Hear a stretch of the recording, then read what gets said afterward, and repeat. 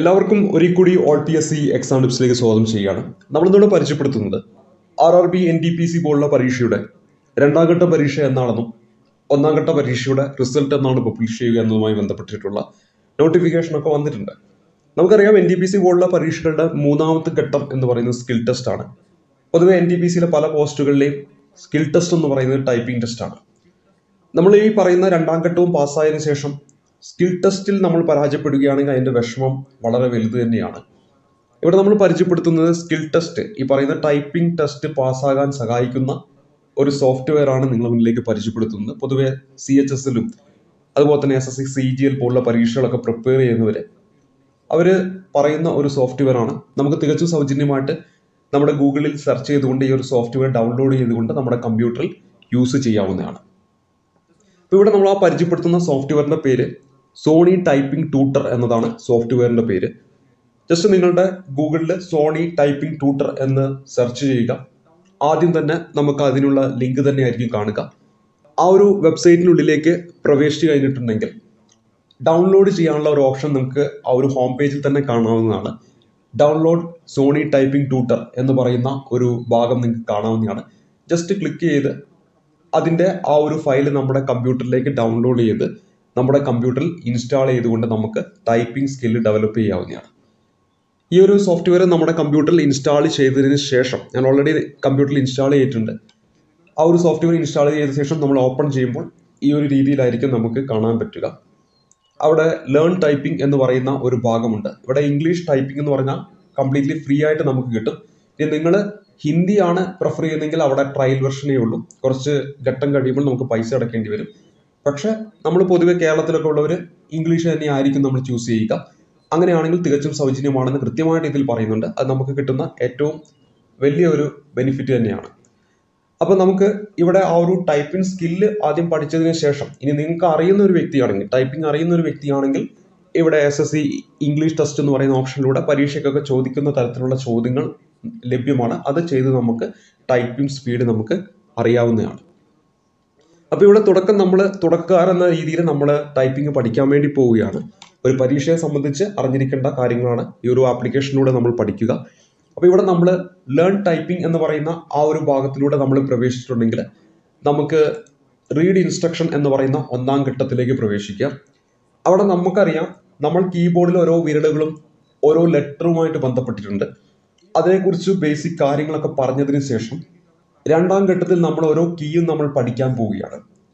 അങ്ങനെ ഏകദേശം ഒരു 18ഓളം എക്സസൈസ് കഴിയുമ്പോഴേക്കും ഒരു SSC പോലുള്ള പരീക്ഷയ്ക്കൊക്കെ ആവശ്യമായ രീതിയിൽ നമ്മൾ ഈ കീബോർഡിലുള്ള എല്ലാ കീകളുമായിട്ടൊരു ബന്ധം ഉണ്ടാക്കുന്നതായിരിക്കും.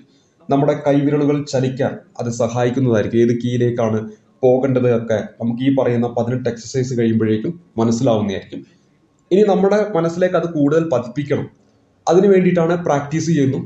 കുറച്ച് പാരഗ്രാഫ് എടുത്തുകൊണ്ട് നമ്മളത് പ്രാക്ടീസ് ചെയ്യുകയാണ്.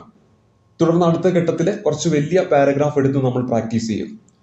അങ്ങനെ ഈ 4 ഘട്ടങ്ങൾ കഴിയുമ്പോഴേക്കും നമുക്ക് ഈ പറയുന്ന ഒരു പരീക്ഷയ്ക്കൊക്കെ ആവശ്യമായ രീതിയിലുള്ള ടൈപ്പിംഗ് ആ ഒരു സ്കില്ല് നമ്മൾ ഡെവലപ്പ് ചെയ്തിട്ടുണ്ടാകും. നമ്മുടെ ഏറ്റവും പ്രധാനപ്പെട്ട ലക്ഷ്യം എന്ന് പറയുന്നത് RRB പോലുള്ള പരീക്ഷയിൽ ടൈപ്പിംഗ് സ്കിൽ എന്ന് പറയുന്ന മൂന്നാം ഘട്ട പരീക്ഷ പാസ്സാവുക എന്നതാണ്. അതുകൊണ്ട് തന്നെ ആ പരീക്ഷയ്ക്ക് ചോദിക്കുന്ന തരത്തിലുള്ള ചോദ്യങ്ങൾ ചെയ്തുകൊണ്ട് നമ്മുടെ ആ ഒരു ടൈപ്പിംഗ് സ്പീഡ് മനസ്സിലാക്കുകയാണ് വേണ്ടത്. ഇപ്പോൾ RRB NTPC പോലുള്ള പരീക്ഷയിലെ കൃത്യമായിട്ട് നോട്ടിഫിക്കേഷനിൽ പറയുന്നത് 30 വേർഡ്സ് പെർ മിനിറ്റ് എന്നാണ്. അടുത്ത ഘട്ടം എന്ന് പറയുന്നത് നമ്മളിപ്പോൾ 4 ഘട്ടവും കഴിഞ്ഞിട്ടുണ്ടെങ്കിൽ അടുത്ത ഘട്ടത്തിലേക്ക് വരുമ്പോൾ ഇവിടെ നമുക്കിവിടെ SSC ഇംഗ്ലീഷ് ടെസ്റ്റ് എന്ന് പറയുന്ന ഒരു ഓപ്ഷൻ ഉണ്ട്. അതിലൂടെ നമ്മൾ പ്രവേശിച്ചിട്ടുണ്ടെങ്കിൽ പരീക്ഷയ്ക്കൊക്കെ ചോദിക്കുന്ന രീതിയിലുള്ള ടൈപ്പിംഗ് ടെസ്റ്റ് സമയത്ത് ചോദിക്കുന്ന രീതിയിലുള്ള ചോദ്യങ്ങൾ നമുക്ക് കാണാവുന്നതാണ്. ഇവിടെ നമ്മൾ ആ ഒരു ചോദ്യം അവിടെ തന്നിരിക്കുന്ന രീതിയിൽ നമ്മൾ ടൈപ്പ് ചെയ്യുക. അതിനുശേഷം നമ്മളിവിടെ സബ്മിറ്റ് കൊടുത്തിട്ടുണ്ടെങ്കിൽ നമുക്ക് ഓരോ പരീക്ഷയ്ക്കും ഏത് രീതിയിലാണോ അവർ വാല്യൂ ചെയ്യുന്നത് അതിനനുസരിച്ചിട്ടുള്ള കാര്യങ്ങൾ നമുക്കിവിടെ കാണിച്ചു തരുന്നതായിരിക്കും. ഇപ്പോൾ ഇവിടെ RRB NTPC എന്ന് പറഞ്ഞ ഓപ്ഷൻ ഉണ്ട്, SSC CHSL എന്ന് പറയുന്ന ഓപ്ഷൻ ഉണ്ട്, ഹൈക്കോർട്ട് സ്റ്റെനോ എന്ന് പറയുന്ന ഓപ്ഷൻ ഉണ്ട്, ഹൈക്കോർട്ട് LDC എന്ന് പറയുന്ന ഓപ്ഷൻ ഉണ്ട്.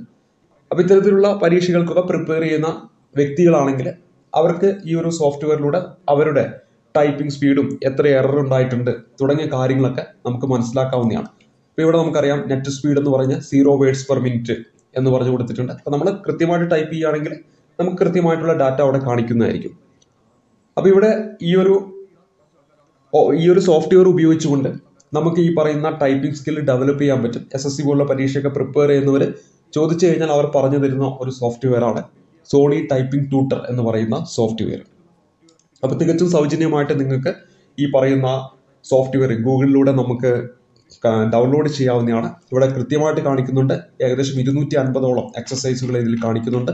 ആ എക്സസൈസിലൂടെയൊക്കെ നമ്മൾ ആ ബേസിക് ടൈപ്പിംഗ് സ്കില്ല് ഡെവലപ്പ് ചെയ്ത ശേഷം ഈ പറയുന്ന എക്സസൈസിലൂടെയൊക്കെ മുന്നോട്ട് പോയി കഴിഞ്ഞാൽ തീർച്ചയായിട്ടും നമുക്ക് ഈ പറയുന്ന 3ാം ഘട്ടവും നമുക്ക് തികച്ചും നല്ല രീതിയിൽ തന്നെ നമുക്ക് പാസ്സാവുന്നതാണ്. അപ്പോൾ നമ്മൾ 2 ഘട്ടം, അതായത് പരീക്ഷയൊക്കെ എഴുതിയതിനു ശേഷം ആ ഘട്ടവും പാസ്സായി അതിനുശേഷം 3ാം ഘട്ടത്തിലേക്ക് പോകുന്ന സ്കിൽ ടെസ്റ്റ് എന്ന് പറയുന്ന ഘട്ടത്തിൽ നമ്മൾ പരാജയപ്പെടുകയാണെങ്കിൽ അത് വലിയ ഒരു വിഷമം തന്നെയാണ്. നമ്മൾ അത്രയും കഷ്ടപ്പെട്ടിട്ടാണ് നമ്മൾ അവിടേക്ക് എത്തുന്നത്. നമുക്കറിയാം 1 കോടിയിലധികം ആൾക്കാർ എഴുതുന്ന ഒരു പരീക്ഷയാണ് RRB NTPC. അതിൽ സെലക്ട് ചെയ്ത കുറച്ച് ആൾക്കാരാണ് 2ാം ഘട്ടത്തിൽ പോവുക. അവിടുന്ന് വീണ്ടും എന്ത് ചെയ്യുന്നു, കുറച്ച് ആൾക്കാരെ സെലക്ട് ചെയ്തിട്ടാണ് 3ാം ഘട്ടത്തിലേക്ക് പോവുക. ആ 3ാം ഘട്ടത്തിൽ ടൈപ്പിംഗ് സ്കില്ലാണ്. അവിടെ നമ്മൾ അത്രയും ഘട്ടം നമ്മൾ എത്തിയ ഒരാൾ ടൈപ്പിംഗ് സ്കിൽ എന്ന് പറയുന്ന ഘട്ടത്തിൽ പരാജയപ്പെടുകയാണെങ്കിൽ അത് വലിയ ഒരു വിഷമം നമ്മളിൽ ഉണ്ടാക്കുന്നതാണ്. അപ്പോൾ അതുകൊണ്ട് തന്നെ ഇത്തരത്തിലുള്ള സോഫ്റ്റ്വെയർ ഒക്കെ തികച്ചും സൗജന്യമായിട്ട് നമുക്ക് അവൈലബിൾ ആണ്. ഹിന്ദിയിലാണ് നമ്മൾ ടൈപ്പ് ചെയ്യുന്നതെങ്കിൽ അവിടെ ട്രയൽ വെർഷൻ ആയിട്ടാണ് കൊടുത്തിരിക്കുന്നത്. പക്ഷേ ഇംഗ്ലീഷ് ഇവിടെ തികച്ചും സൗജന്യമായിട്ടാണ് ഈ ഒരു സോഫ്റ്റ്വെയറിലൂടെ നൽകുന്നത്. അപ്പോൾ നിങ്ങൾക്ക് ഇത് ഡൗൺലോഡ് ചെയ്തുകൊണ്ട് ഈ ഒരു സോഫ്റ്റ്വെയർ നമ്മുടെ കമ്പ്യൂട്ടറിൽ ഇൻസ്റ്റാൾ ചെയ്തുകൊണ്ട് ഇപ്പോൾ തന്നെ ടൈപ്പിംഗ് പഠിച്ച് കുറച്ചീച്ച സമയം ഒരു ദിവസം ചെലവഴിച്ചുകൊണ്ട് ഈ പറയുന്ന 2ാം ഘട്ട പരീക്ഷ കഴിയുമ്പോൾ കൂടുതൽ ടൈം ഇതിനു വേണ്ടി ചെലവഴിച്ചുകൊണ്ട് ഈ ഒരു എക്സാം തികച്ചും നല്ല രീതിയിൽ നിങ്ങൾക്ക് പാസ്സാവാൻ പറ്റുന്നതാണ്. ധാരാളം വാക്കൻസീസ് ഒക്കെ നൽകുന്ന ഒരു എക്സാമാണ് RRB NTPC. അതുപോലെ തന്നെ RRB ഗ്രൂപ്പ് ഡിയുടെ എക്സാം ഡേറ്റ് ഇപ്പോൾ പബ്ലിഷ് ചെയ്തിട്ടുണ്ട്. 2 എക്സാമും 1 ലക്ഷത്തിലധികം, ഗ്രൂപ്പ് ഡി എന്ന് പറയുമ്പോൾ 1 ലക്ഷത്തോളം വാക്കൻസി നൽകിയിട്ടുള്ള ഒരു എക്സാമാണ്. RRB NTPC നിലവിൽ ഒരു 35,000ഓളം വാക്കൻസി ഉണ്ട്. അത് ചെറിയൊരു വാക്കൻസി ഒന്നുമല്ല, നമുക്ക് നല്ലൊരു ഓപ്പർച്യൂണിറ്റി നൽകുന്ന ഒരു എക്സാംസ് ആണ് ഈ പറയുന്ന NTPC ആണെങ്കിലും RRB ഗ്രൂപ്പ് ഡി ആണെങ്കിലും. അപ്പോൾ നല്ല രീതിയിൽ പഠിക്കുക, നല്ല രീതിയിൽ ഇത്തരത്തിലുള്ള ടൈപ്പിംഗ് സ്കില്ലൊക്കെ ഡെവലപ്പ് ചെയ്യുക. വേഗം തന്നെ നല്ലൊരു ജോലിയിലേക്ക് എത്തട്ടെ എന്ന് ആശംസിക്കുന്നു. അടുത്തൊരു ക്ലാസ്സിലൂടെ കൂടുതൽ ടോപ്പിക്കുകളും ഇതുപോലുള്ള മറ്റു വീഡിയോകളൊക്കെ ആയിട്ട് നമുക്ക് കണ്ടുമുട്ടാം. ഇതുവരേക്കും നന്ദി, നമസ്കാരം.